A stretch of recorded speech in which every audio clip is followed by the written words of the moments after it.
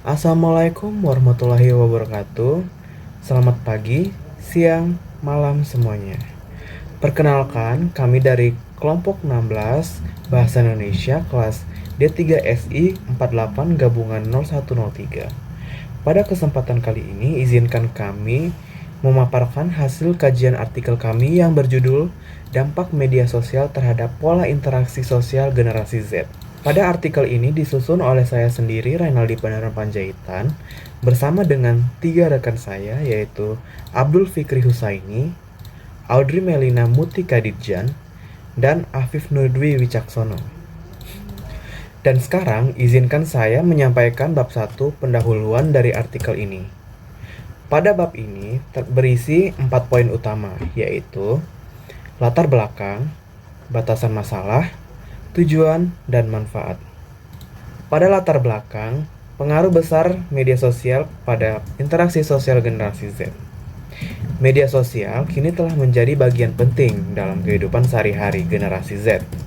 Maka, lebih baik berkomunikasi melalui platform digital daripada bertatap muka langsung.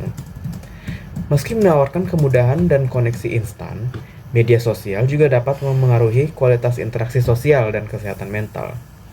Kemudian pada batasan masalah.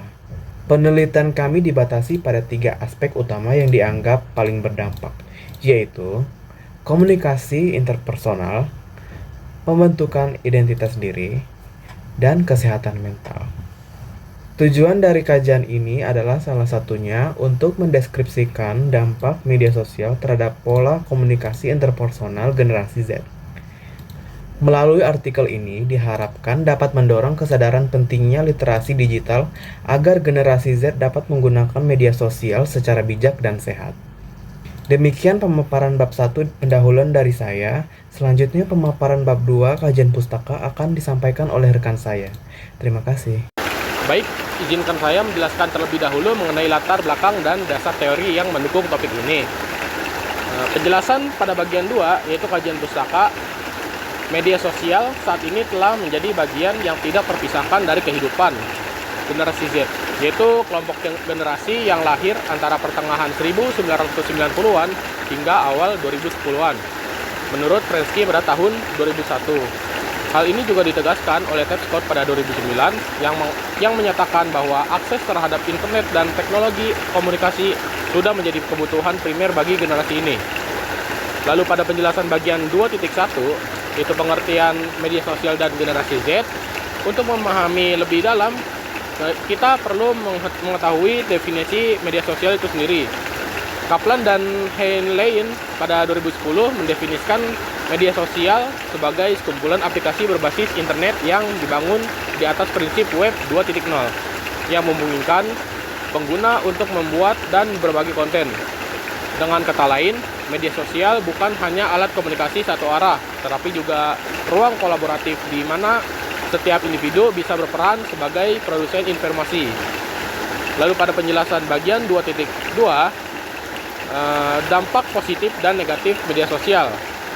Jika kita berbicara mengenai dampak media sosial, tentu terdapat dua sisi yang saling berlawanan. Dari sisi positif, Kasiakos 2016 mengungkapkan bahwa media sosial dapat memperluas akses informasi, mempererat hubungan sosial, serta memberikan sarana untuk mengekspresikan diri dan membangun identitas digital. Bahkan media sosial kini dimanfaatkan sebagai alat bantu pembelajaran yang interaktif dan sarana komunikasi dalam dunia pendidikan dan bisnis. Namun di sisi lain, kita juga tidak bisa menutup mata terhadap dampak negatifnya. Twenge dan rekan-rekannya pada 2018 menjelaskan bahwa penggunaan media sosial yang berlebihan berkaitan erat dengan meningkatnya kecemasan, depresi, dan menurunnya kualitas interaksi sosial secara langsung, terutama pada kalangan remaja. Artinya, meskipun media sosial memiliki manfaat, namun jika digunakan secara berlebihan atau tidak bijak, dapat memberikan efek yang kurang baik terhadap kesehatan mental dan keterampilan sosial. Lalu, penjelasan selanjutnya akan dijelaskan oleh rekan saya yang bernama Audrey. Pertama, saya akan membahas dampak media sosial terhadap interaksi sosial generasi Gen Z. Meskipun media sosial mempengaruhi komunikasi jarak jauh, penggunaannya yang berlebihan dapat menurunkan kemampuan berinteraksi secara langsung. Generasi Z cenderung tidak terbiasa membaca ekspresi wajah maupun bahasa tubuh, sehingga interaksi menjadi kurang mendalam. Hal ini tentu dapat menghambat kemampuan mereka dalam membangun hubungan sosial yang berkualitas. Lalu selanjutnya, saya akan menjelaskan dampak media sosial terhadap pembentukan identitas diri. Media sosial memungkinkan generasi Z menciptakan citra diri yang diinginkan. Namun, tekanan untuk menyesuaikan diri dengan standar di media sosial dapat memicu kecemasan dan rasa tidak puas. Apabila validasi diri terus bergantung pada media digital, hal ini akan beresiko menimbulkan krisis identitas dan menurunkan kepercayaan diri. Terakhir, saya akan membahas pengaruh media sosial terhadap kesehatan mental. Walaupun media sosial dapat menjadi sarana dukungan emosional, penggunaannya yang berlebihan justru meningkatkan resiko stres, kecemasan, bahkan depresi. Konten negatif dan cyberbullying turut memperburuk kondisi tersebut. Oleh karena itu, penting bagi generasi Gen Z untuk mengelola penggunaan media sosial secara sehat agar tetap menjaga keseimbangan mental dan sosial. Sekian, terima kasih. Kesimpulan pertama, itu media sosial memiliki dampak yang besar terhadap pola interaksi sosial generasi Z. Dalam hal komunikasi interpersonal, platform digital mempermudah interaksi jarak jauh dengan lebih cepat dan efisien. Namun, ketergantungan berlebih pada komunikasi daring dapat menurunkan kualitas interaksi langsung, sehingga keterampilan sosial mereka berpotensi mengalami penurunan. Kesimpulan kedua, dalam aspek pembentukan identitas diri, media sosial memberikan wadah bagi generasi Z untuk menampilkan dan mengembangkan citra diri mereka. Meski begitu, eksposur terhadap standar sosial yang ditampilkan di media sosial seringkali menyebabkan perasaan tidak puas terhadap diri dan memicu krisis identitas akibat budaya perbandingan sosial yang terus terjadi. Kesimpulan yang ketiga, media sosial juga memiliki pengaruh yang signifikan terhadap kesehatan mental.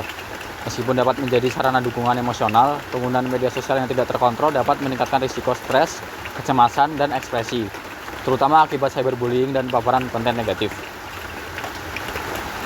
Selanjutnya, pada bagian saran, generasi Z disarankan untuk lebih bijak dalam memanfaatkan media sosial dengan menyeimbangkan interaksi daring dan luring. Penggunaan media sosial yang sehat dapat membantu meningkatkan keterampilan komunikasi interpersonal tanpa mengurangi kualitas interaksi sosial di dunia nyata. Demikian paparan kami mengenai penggunaan media sosial di kalangan generasi Z serta dampaknya terhadap keterampilan sosial. Dapat kita simpulkan bahwa meskipun media sosial memberikan banyak manfaat seperti memperluas wawasan dan mempererat komunikasi, penggunaan yang berlebihan juga dapat memicu berbagai permasalahan, terutama dalam hal kesehatan, mental, dan interaksi sosial langsung. Oleh karena itu, penting bagi kita, khususnya generasi muda, untuk lebih bijak dan seimbang dalam menggunakan media sosial. Terima kasih atas perhatian dan waktunya. Semoga yang saya sampaikan bermanfaat dan bisa menjadi refleksi bersama. Wassalamualaikum warahmatullahi wabarakatuh.